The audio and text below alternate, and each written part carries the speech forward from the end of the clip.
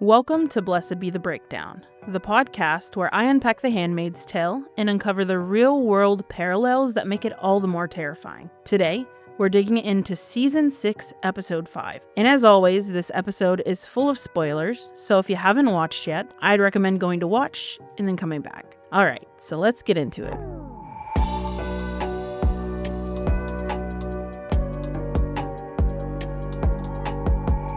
Season 6, Episode 5, titled Janine.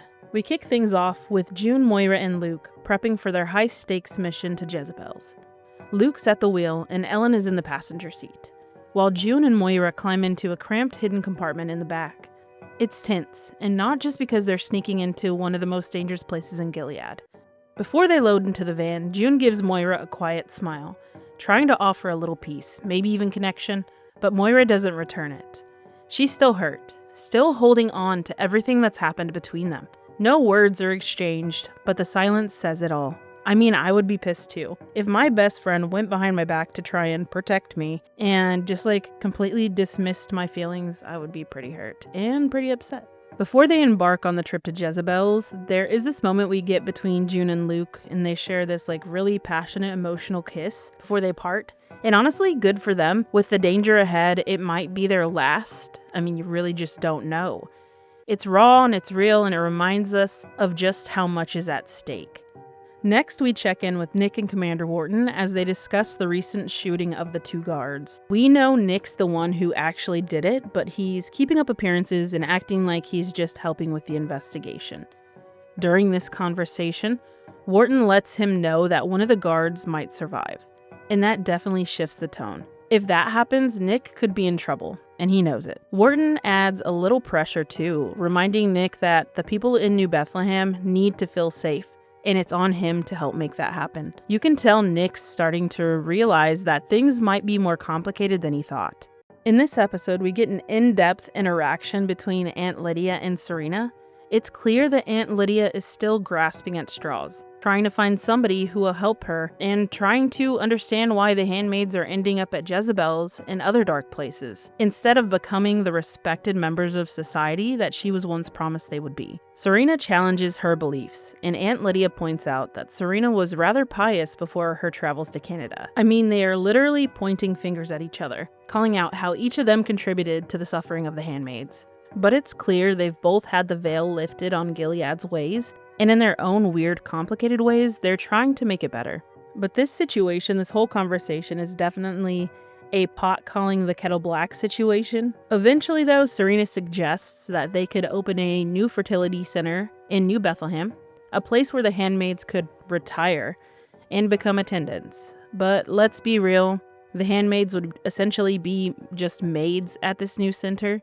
This seems, though, to appease Aunt Lydia, who even refers to it as a divine calling. And I have to point out, while Serena seems like she's reaching for redemption, her use of the term brand when referring to the handmaids in this conversation is not great. It's very dehumanizing, and it's exactly the kind of language that's been used to strip these women of their identity from the start. Their conversation gets interrupted by a flower delivery from Commander Wharton. Aunt Lydia encourages the potential union, clearly seeing it as a way to gain more influence and maybe start shifting things from the inside. She makes a comment about another dance, referring both to the literal dance she saw between Serena and Wharton, and possibly to the world of Jane Austen, which Serena then references directly.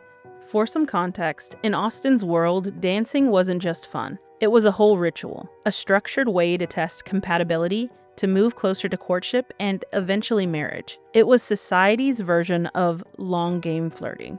Later, Aunt Lydia references a line from Pride and Prejudice, not directly, but the sentiment is still there. She says, "A single man in possession of a good fortune must be in want of a wife." Serena points out the irony in that quote. The irony being that it's not actually the man who wants a wife, it's society that assumes he should. It's less about personal desire and more about societal expectation. And it highlights how women's futures were often tied to locking down the right man for financial and social survival. Austin was making fun of how transactional and performative the whole marriage system was. So when Serena brings up that irony in Gilead, where a woman's worth is still entirely based on her ability to marry and bear children, it hits different. She's drawing a line from the past to the present, showing how that same old patriarchal logic just keeps getting repackaged, only now it's more dangerous. June and Moira arrive at Jezebel's, with limited time to complete their mission. As soon as they get there, June is immediately on the hunt for Janine. They quickly learn that a group of commanders is also present, even though they're not technically supposed to be. And one of the women there lets them know that Commander Bell is basically obsessed with Janine. June and Moira manage to maneuver their way up to the penthouse suite, where they finally reunite with Janine. True to form, Janine is leading a sing-along, this time to What's Up by 4 Non-Blondes, reminding us she's still got that core Janine energy even in this place. I mean, but we've always known Janine is strong. She always has just kept her energy, and I applaud her for that. Like, she's been through so much, losing an eye, like being recaptured multiple times, and she still has that positive energy. Not long after, though, the commanders show up, either right on time or a little early, and of course, Moira and June are still in the room when they arrive. Commander Bell immediately proves himself to be the creep we expected, but before Moira and June leave, Janine is able to discreetly slip them a key to her room so she can meet them later. Commander Bell demands the two Marthas, aka June and Moira, to leave, but before they can slip out, he pops a bottle of champagne and lets it spill all over the floor. Bell orders them to clean it up. June plays along, as he is using language like good girl, and he seizes the opportunity to sexualize and demean her. It gets worse. He even tries to get her to clean him over his, before Commander Lawrence steps in to shut it down. And I mean, good on Commander Lawrence for doing that, but June is seeing what poor Janine is having to go through and all of these other girls are having to go through. I mean, she's been there before. She knows what happens. But just seeing, I'm sure, Janine have to deal specifically with this guy, somebody she feels really close to and wants to save, cannot be, doing her any good mentally. Nor is it for Janine, who has to deal with him because apparently she is his favorite. And that just, oh my, it's so bad. He's just such a vile person. And I said it last episode, but I hope when everything comes in, he gets what he deserves. And I hope he's the first to go. June is clearly stunned to see Lawrence there, and you can tell he has this moment of recognition too as she's leaving, like something about her feels familiar, because of course it is June, but he doesn't get to see her face, so he can't tell it's her, but he kind of senses it, or senses something. We see Nick visit the one remaining guardian from the amusement park, and we learn his name is Toby. His mom is there by his bedside, and Nick is fully playing the part. She praises him for coming, clearly seeing him as a concerned commander, and asks him to promise that he'll find the man who did this. I wonder if this is making Nick feel a little bad when she says that, or even when Wharton was having the conversation earlier, does he realize, that this was just a kid doing his job? And I wonder if he feels any guilt for that. I don't really see it on his face, so I'm not sure, but that was kind of running through my head. Does he feel remorse, or is he just really that cold? He can just shut it off? So I would love to get some insight on that. Nick volunteers to stay with Toby so his mom can take a break and go take care of his little brother. And at that point, we know, or at least strongly assume, that Nick is planning to take care of the problem. He has a short conversation with Toby to see if Toby recognizes him, but all Toby can manage to say is, "Where's my dog?" And for a brief second, it almost feels like Nick might let him live, but then we see it, that quiet moment of realization. Nick knows he can't leave any loose ends, no matter how it plays out. He's going to have to deal with it to make sure that the whole thing doesn't unravel. Back at Jezebel's, Commander Lawrence is still trying to push his new Bethlehem vision, planting the seeds for more reform-minded settlements. Meanwhile, we really see just how obsessed Commander Bell is with Janine. She knows this and decides to play her cards a little, flirting with Lawrence right in front of Bell. And of course, Bell in his ego does not take it well. He tries to retaliate, clearly pissed that she'd give anyone else attention. And we just see how truly disgusting and how into humiliation he is. It's so gross. But Lawrence steps in again, noticing how Belle's treating her and basically rescues her from the situation. This is what Janine intended though. because I think she knows that if she's with Lawrence that she has a chance to slip away and go see June and Moira. And so I think that was the plan all along and why she kind of did that to Belle. This, of course, just pissed Belle off even more. When Lawrence ultimately does take Janine, Belle literally snaps, saying, "What the fuck? You guys love this game," to the other commanders when they basically just shrug it off. And Lawrence fires back, calling Belle a pig and pointing out that no one likes or respects him. And that's the last straw for Belle. Now, once they are in the room, we see Janine using this moment, of course, to slip away and meet up with June and Moira. But before that, she shares with Lawrence that there's a little spy hole that he can kind of use to spy on the other commanders while he's in this room. And it feels almost like Janine has heard or knows about the other commanders gossiping about Lawrence. And this is why she tells him, "You can't let them win." It is through this hole that Lawrence ends up overhearing the commanders casually dismantling his New Bethlehem plans. Belle's leading the charge to get him taken down, even mentioning putting him on the wall. And you can see it hit him. This system he thought he could change was never meant to bend. The commanders that he thought were seemingly about to be on board with him now are all seemingly in cahoots with Belle to take Lawrence out. It's a brutal wake-up call for him, and maybe finally the push he needs to stop trying to survive by, fitting in and to start actually doing something and step up to dismantle this system.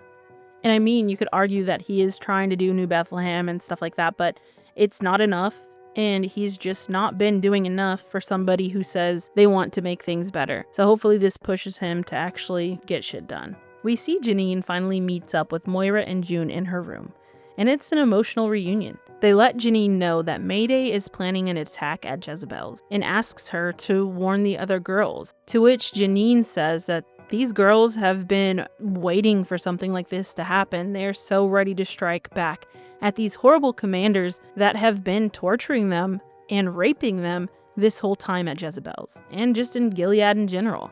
Janine gives June and Moira a handful of letters from the woman to deliver to their families, and a map of how to discreetly get to the penthouse. June wants to save Janine right then and there, but Janine asks if they can get them all out. However, Moira steps in and says no, they have to wait until the Mayday plan. But June doesn't want to leave her behind again, and you can tell she's carrying a lot of guilt from the last time they were separated in Boston. Janine says it's just a week to June and just reassures her and seemingly herself that, it's not a very long time. She'll be okay till then. But once Janine steps out, it sparks a heated argument between June and Moira. Moira calls June out hard. She says that if June tries to take Janine with them, she'll jeopardize the entire Mayday mission. But it's more than just the plan. Moira tells June she never really considers her perspective, that in this particular situation, she was made to feel like the bad guy when she had to say they couldn't take Janine, while June's guilt and pain take up all of this space. Then she finally lets it out. "Do you have any idea how fucking sick of you I am?" June says, "No, I don't, tell me." And honestly, I think this whole interaction is just such a good way for the show to highlight how other people in Gilead have suffered, not just June. I mean, we've mainly been seeing June's perspective on everything, and now we are getting a more in-depth look at how everybody else was affected in the show. Moira even says, "Being a fucking handmaid looked like fucking heaven compared to what I had to go through in this place." And she's right. It's a brutal reminder that everyone's trauma in Gilead looked different, and some of it was even more invisible. And I'm really glad the show gave us this moment, because maybe people who hadn't put much thought into Moira's experience and suffering before will be given a different perspective or just a look into that. It doesn't take away from June's pain, it just adds depth and honesty to the story. During this argument, they finally hit this boiling point to where they start comparing trauma. Who suffered more, who broke harder. At one point, Moira even says, "You only got raped once a month. I went through it every single night." And she's not wrong. Her pain is valid, her anger is real, and her being here in Jezebel's just reopens that wound. But June's pain is also valid too. And that's why I think this interaction was so important. And June responds, "Okay, you had it worse than me." And at first, I think Moira thinks it's sarcasm, and I kind of did too. I was like, is June really being sarcastic right now? But I think she actually meant it. It's after this that something kind of shifts. June admits that they'll never fully understand what the other went through, and Moira agrees. And that's the truth. Their pain is different, but the point is none of it should have ever happened in the first place. We see Moira say, "You were raped, and so was I. You were beaten, and so was I. You were tortured, and so was I." If they keep comparing their suffering, then Gilead wins. We also see June say, "But I had no idea you hated me so much." And Moira responds, "I don't hate you." And June pushes back a little, "It seems like sometimes you may have hated me." To which Moira says, "But I love you all the time, even if I don't feel like it." And that right there, that's what love looks like in a place like this. Messy, hard, uncomfortable, but still there, still showing up. And June, genuinely humbled, apologizes for being a bad friend. I'm really glad the show gave us that conversation because I think that really needed to happen for their friendship. Moira was clearly holding on to some resentment towards June, and she was totally valid in that. Like, June does tend to push people's feelings off and just be a little self-centered. But overall, I think this conversation did a good job in showing how messy and layered healing can be in a world like Gilead. Now, their conversation gets cut short when a guard shows up and tries to take advantage of June and Moira, and it escalates quickly. They end up killing him in self-defense. Before that, though, there was a moment when he asked them to take off their masks that I kept thinking, how does he not recognize June? At this point, wouldn't she be kind of like infamous in Gilead? She's been involved in major rebellions. You think her face would be burned into people's memories? But on top of trying to rape them, the guard also locks the letters from the girls and the map in the room safe, which of course adds another complication to their escape because they need that map and they want to get those letters out, but now they're going to be forced to hurry up and try to figure out a way to get it. They don't have the code, and they're also trying to figure out how to get rid of the body because they can't leave it there because then it'll fall on Janine and they'll never be able to rescue her because she'll be in trouble and probably on the wall for killing a guard. Now back with Serena, she's meeting up with Commander Wharton in what's now been turned into a new library, which we learn will be for both boys and girls of New Bethlehem. And this is a major shift from the old Gilead ways, but this isn't just a meeting, it turns into a proposal, literally and symbolically. When he reveals the name of the library, the Serena Joy and Gabriel Wharton Library, he's offering her a path forward, if you can really call it that. Commander Wharton proposes marriage, wrapping it in promises of protection, family, and mutual reform. But the question is this just another Gilead cage for Serena? Serena does make it clear that she is not going back to the old Gilead ways. She wants control over her life. Wharton promises her that. When she insists she'll never stop writing, he doesn't push back. He says, "I want you to." It's a huge moment for her. Serena brings up how she believes God brought her back to Gilead to help change it for the better. And Wharton agrees, saying, "Let's change it together." At this point, I'm hoping they are really meaning what they are saying, because I am now beginning to be invested in this relationship. They end the conversation with them talking about expanding their family, with Wharton even saying that he will accept Noah when Serena brings up that, are you going to be able to accept that this child is not from you and it's actually another man's child? And he says yes. And then she says yes to his proposal. And we see them kiss, and they are seemingly going to be getting married and living happily ever after. Maybe? We'll see. We end this episode on a pretty intense cliffhanger. After killing the guard, June and Moira do manage to dispose of the body, but right as they do, they hear chatter over the walkie. Lockdown is officially in place. And no doubt it's because somebody realized the guard is missing. Meanwhile, we do cut back to Luke and Ellen, who are now waiting for June and Moira to return so they can leave. But with the lockdown in effect, they're forced to leave without them. But not before Luke gets smacked by a guard just for asking a question. Like, literally just speaking gets him hit. It's another reminder of how quick the violence comes in Gilead. There's no humanity, no space for even basic decency. June and Moira show up just in time to see this altercation with Luke, and they realize that they are not going to be getting back on the van with them. They end up going to the parking garage where June spots Lawrence leaving. And what does she do? She literally jumps in front of his car and asks him to help. And his first response is, "Aw, hell no." But of course he helps. He throws them in the trunk, and as he closes the trunk, we hear June ask, "Can you get us across the..." And it cuts. Just like that. Cliffhanger is in full effect. and now I am absolutely just chomping at the bit for next week's episode. I cannot wait to see what happens, and I'm glad we're finally starting to move a little faster and get a little more action in these episodes, so I'm excited to see what comes next. Now let's get into some real-life parallels. This month, April 2025, Harvard University filed a lawsuit against the Trump administration after the government froze over $2.2 billion in federal research grants and $60 million in contracts. The administration's actions were in response to Harvard's refusal to comply with demands to limit campus activism and implement government-approved audits of viewpoint diversity. Harvard argued that these demands violated its First Amendment rights and statutory provisions, calling the funding freeze arbitrary and capricious. This situation mirrors the dynamics in The Handmaid's Tale, where Gilead's regime imposes strict control over institutions, suppressing dissent and enforcing conformity.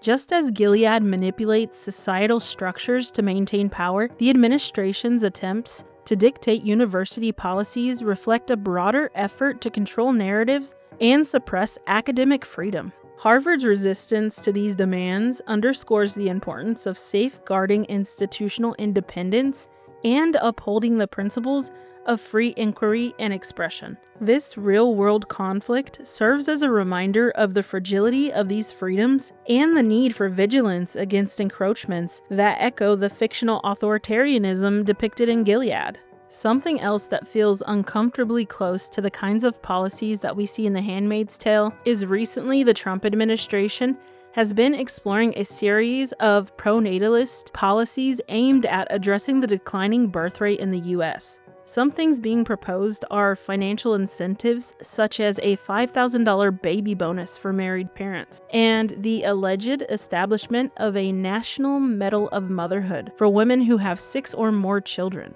Additionally, there has been discussion about promoting natural fertility through government-funded research aimed at helping women track their menstrual cycles. Critics argue that these policies may exclude non-traditional families, including queer and adoptive families, and promote outdated or non-scientific reproductive practices over methods like IVF. The government is being criticized for pushing people to have more babies without paying enough attention to how dangerous childbirth can be in the US, where a lot of women are dying from pregnancy-related problems. This situation mirrors the dynamics in The Handmaid's Tale, where Gilead's regime enforces strict control over women's reproductive rights, using a combination of incentives and punishments to maintain conformity. In Gilead, women's value is solely tied to their ability to bear children, and those who don't conform to these expectations face severe consequences like punishment or exile. The government controls every aspect of women's reproduction, making autonomy a distant dream. Similarly, in the real world, government policies designed to influence reproductive decisions, while not as extreme, can still present a risk of overreach. Policies that incentivize childbearing or prioritize certain family structures may seem harmless at first, but could lead to growing pressure to conform to prescribed roles. This control mirrors the potential danger of such policies eroding personal freedom. While they may begin with financial incentives or support for families, the line between support and coercion becomes thin. Just as Gilead strips women of their rights and autonomy in the name of population control, real-world government actions can slowly encroach on reproductive choices. Whether through direct mandates or financial incentives tied to specific behaviors, there's a risk that individual freedoms could be compromised, ultimately putting personal choices about family and reproduction under government influence. A chilling reminder of the dystopian control we see in Gilead. This episode really gave us a lot. A trip back into Gilead, emotional fallout, and some long-awaited reunions. The stakes are getting higher and the tension is building fast. Things are escalating quickly, and if this episode is any sign of what's to come next, I cannot wait to make it through the rest of the season. I'd love to hear your thoughts, so come chat with me on YouTube, Instagram, or TikTok. Thanks for hanging out with me for this breakdown. If you're enjoying the show, don't forget to like, subscribe, share, and leave a rating. It really helps more people find the podcast. Until next time, stay vigilant, stay sharp, and as always, blessed be the fight.